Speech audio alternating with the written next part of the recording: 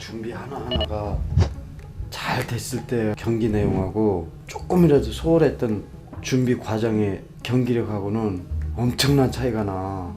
그러면은 진짜 장담하는데 우리 이길 수 있는 팀 없어요. 손흥민은 저와 또래이지만 그에게 정말 신기한 포인트가 있습니다.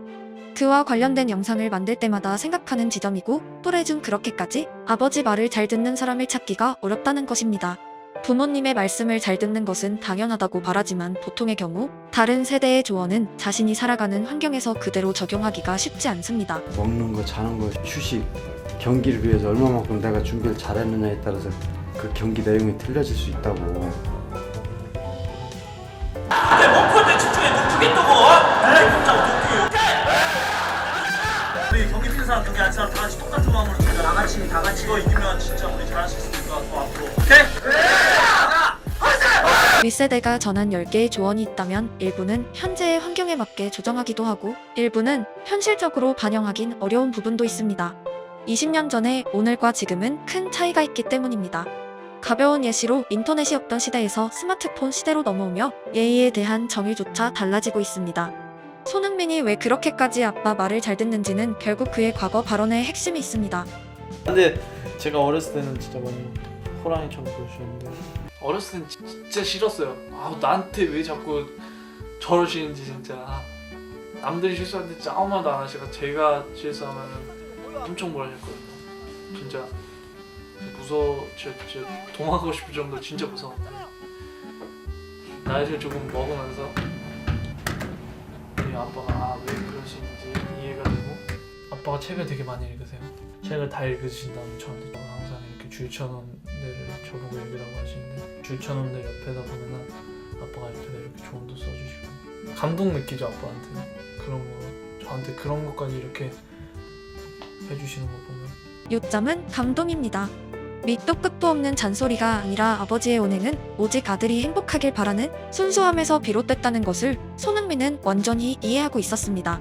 자기 자신이 답답해서 소리치는 잔소리와 완벽하게 타인을 위해 말하는 잔소리는 듣는 이에게 의미가 전혀 다릅니다.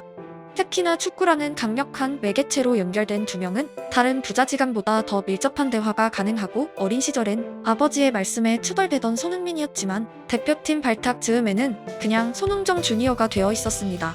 최종 목표는 자기 나라를 위해서 국가대표 태극마크를 띄고 달고 뛰는 게 최고의 목표인데 일단 그렇게 박지성 형이 나오고 박지성 선수 그런 형들을 보고 같이 운동할 수 있다면 저에겐 좀 큰 영광이고 행복이고. 제가 처음에 그렇게 들어와서 제가 막 형들한테 오늘 다 가서 그냥 인사만 할 정도였지 가서 처음부터 막 떠들고 혹시 안 좋게 제가 원래 좀 말수가 많은 편이 아닌데 형들이 처음 먼저 다가와주셔서 감사하게 생각합니다. 실패는 성공의 어머니라는 누구나 아는 명언이 있습니다. 손흥민의 축구에는 사실 실패가 없었습니다. 10대의 분데스리가 데뷔골에 성공하고 20대 초반의 대표팀의 희망으로 월드컵에 출전했으며 누구보다 젊은 주장이 되었고 PL 득점왕에 올랐습니다. 한국이 아니라 세계로 범위를 넓히더라도 축구 선수로서 그의 삶은 승승장구 그 자체입니다. 하지만 그는 아버지의 삶을 통해 마치 실패를 겪은 축구 선수처럼 살아가고 있습니다. 겪지도 않은 실패를 인지하고 있다는 것은 손흥민의 모든 지점에서 또 다른 노력의 연결고리가 되었습니다. 아빠에 대한 피나는 노력을 가장 배우고 싶어요. 가장 제가 원하는. 만족이란 감정을 드러내는 인터뷰는 흔치 않았고 마치 내일이면 추락할 사람처럼 도취보단 새로운 노력에 주력했습니다. 흥민이 이제 프로 계약하기 전까지는 직장 생활을 했어요. 직장 생활을 할 때는 새벽 3시 반에 일어났죠.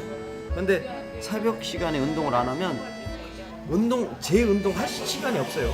강민아, 지금 질문하신 내용 인생에서의 기본이 흔들렸다면 축구에서의 기본이라고 했어요. 아니 생활에서의 기본이 흔들렸으면 어떻게 됐겠냐 포괄적입니다. 질문을 하시면 그러면 거기서 있잖아. 흥민아, 아빠가 항상 얘기하잖아. 축구에서는 그 기본기가 중요하고 인생 다 놀고 지 할 거 다 하고 즐길 거 다 즐기면서 그런 자리에서 유지하고 머무를 수 있다고 생각은 뭐 안 하거든요. 30평생 이렇게 하면 큰일 난다고 교육받은 손흥민이 정규 훈련이 끝난 시간에도 퇴근하는 골키퍼를 붙잡고 프리킥 훈련까지 진행하는 것은 아슬아슬한 경계에서의 줄타기 같습니다. 아버지의 모든 언어에는 세계 최고가 되라는 메시지 이전에 잘못하면 모든 게 끝난다는 위기감이 기초에 있기 때문입니다. 저는 부모가 아니고 무엇이 좋은 교육인지에 대해선 해답을 제공할 수 없지만 적어도 축구라는 직업에서 손흥정이란 사람의 교육법과 손흥민이란 아웃풋은 제가 감히 좋고 나쁨을 거론조차 할 수 없습니다.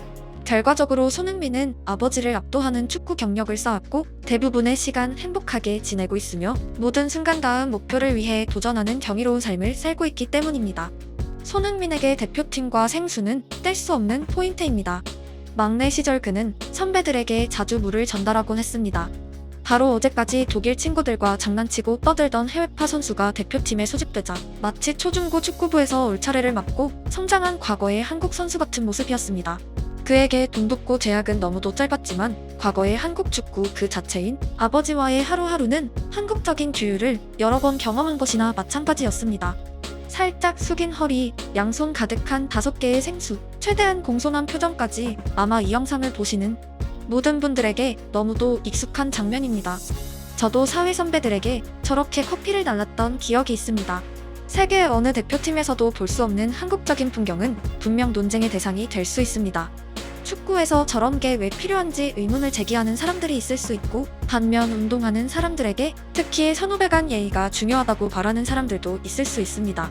옳고 그름을 떠나 결국 손흥민은 과거의 한국 선수와 현대의 해외파 선수의 교집합에 가깝습니다. 사진의 표정과 대조를 이루는 금발머리처럼 다복합적인 성향이기도 합니다. 손흥민 같은 선수가 다시 나오기 힘든 이유는 손흥정 같은 아버지는 정말 흔치 않기 때문입니다. 실패의 경험을 바탕으로 성공의 열쇠를 만들고 같은 직업에 종사하며 하루하루 수백 개의 메시지를 전파하고 그 말을 아들이 전부 가슴에 새기고 살아가는 현대인은 굉장히 낮은 확률입니다. 여기서 재밌는 포인트가 있습니다.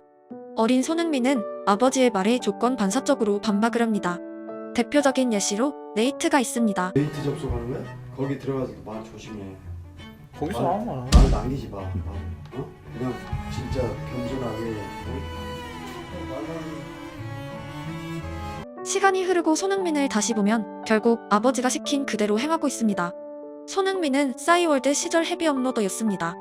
정말 일거수일투족을 친구들에게 전하는 수다쟁이였습니다. 하지만 인스타 시대에 와서 10대 시절보다 현저히 업로드가 줄었습니다. 팬들에게 필요한 것은 말 이전의 축구인 것을 명확히 하고 있고 이 또한 이미 과거 아버지의 언어에 길이 있었습니다. 빈 껍데기가 되지 말라는 메시지입니다. 본인 스스로 관리를 철저하게 해야 되고 그 다음에 항상 그분들이 충족할 수 있는 볼거리를 제공을 해야 된다. 프로 선수라는 거는 관중이나 팬들한테 볼거리를 제공해 줘야지 완전 빈 껍데기인 상태에 보여줄 거리가 없으면 그거는 프로 선수로 자격을 벌써 상실한 거죠. 그러니까 개인이 가져야 될 그런 책임감이 본인이 잊어버리면 안 되죠. 손흥민은 지면 우는 선수이지만 그래도 최대한 많은 순간 웃기 위해 노력합니다. 그리고 매경기 상대 선수들에게 악수와 포옹을 전합니다. 이쯤 되면 당연한 이야기지만 이 또한 아버지의 소망이셨습니다. 좀 웃어라.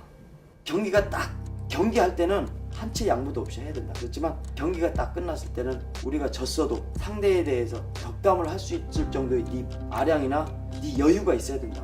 경기 중에 우리가 지금 지고 있어도 상대가 쓰러진 것을 시야에 두르면 그 볼을 밖으로 차낼 정도, 그 정도의 여유는 가지고 있어야 된다. 상대에 대한 예의나 배려에 대해서 그렇게 강조를 해요. 그 승부욕이 너무 나쁘게 발전하다 보니까 그냥 제 맘대로 행동을 하고 그랬던 부분이 지금 엄청 후회스럽거든요. 엄청난 승부욕을 강조하고 피나는 노력을 말하면서도 동시에 웃음과 겸손 그리고 아량을 강요하는 것은 사실 지나친 요구로 불려도 무방합니다. 제가 아들이었다면 어느 날 욱해서 그런 사람이 세상에 어디 있어라고 소리쳤을지도 모릅니다. 하지만 범인의 삶과 월드클래스 축구선수의 그것은 큰 차이가 있습니다. 손흥정이 남긴 어로 대부분을 시간이 지나고 주시해보니 그냥 지금의 손흥민이 있습니다. 축구팬으로서 그저 감사한 이유는 주말마다 그에게 선사받은 쾌감 때문입니다. 우울한 날에도 그가 득점을 터뜨리면 하루 중 가장 큰 박수를 터뜨리곤 했습니다. 저는 프랑스 기숙사의 손바닥만한 방 안에서 3만원짜리 중고 TV로 함부르크 경기를 지켜봤을 때의 감정을 평생 잊을 수가 없습니다. 내 나라 사람이라 자랑스럽다는 감정 이전에 열심히 사는 또래 사람이 자기 직업에서 성취하고 웃고 있는 장면이 그냥 좋았습니다. 저는 학생이었고 매일 불어와 싸우고 있었으며 사회인은 너무도 멀어 보였기 때문입니다. 그때는 같은 타지 생활을 하는 사람의 동질감이라 느꼈지만 지금 생각해보니 제가 어디에서 그를 봤어도 같은 쾌감을 느꼈을 것 같습니다. 솔직한 마음으로 그가 영원히 현역이었으면 좋겠습니다. 지금도 함부르크 시절이 어제 같기 때문이고 제가 그만큼 나이를 먹었다는 게 실감나지 않기 때문입니다. 많은 사람들이 손흥민의 득점에 열광하는 이유는 한 사람 한 사람의 사연에서 그의 축구가 스며 있기 때문입니다.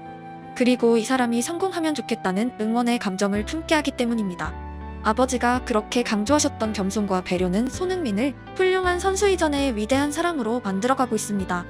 이번 주말이면 어김없이 경기는 찾아오고 언제나처럼 손흥민의 활약을 응원할 것입니다. 습관처럼 배워버린 시간에 감사하고 저에게 제2의 손흥민은 없습니다. 축구에서 가능한 최대한의 행복을 만끽하면서 경기장에서 웃음을 되찾길 기원합니다. 우리는 여전히 손흥민 시대에 살아가고 있습니다.